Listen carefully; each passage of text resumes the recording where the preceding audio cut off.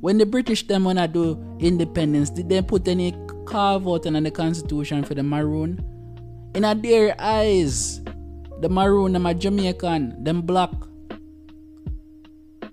They don't care.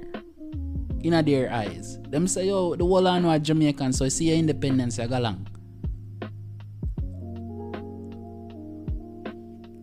It's a dangerous rhetoric that the man them a put out there, brother. It's dangerous. It is destabilizing to the Jamaican identity. It is destabilizing people. This is not Jamaican. And as KD Knight said, it's alien behavior. This is alien behavior that Mark Golding is trying to nationalize in Jamaica. The Maroon them is regular Jamaicans. They're not different. Yeah, you can keep your culture from Africa. Yeah, you can do your thing. You understand? But you're Jamaican.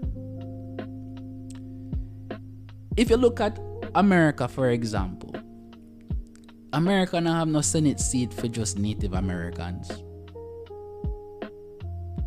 You understand? They have them set amount of seat in the Senate and people vote for them seat there.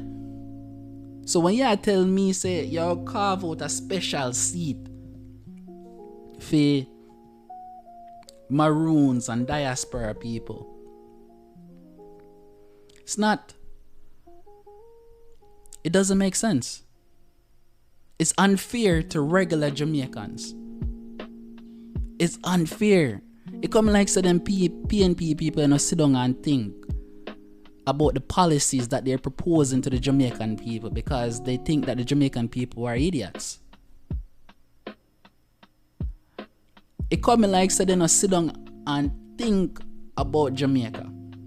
They don't think about Jamaica's future. And it's infuriating to see them make such an awful proposal.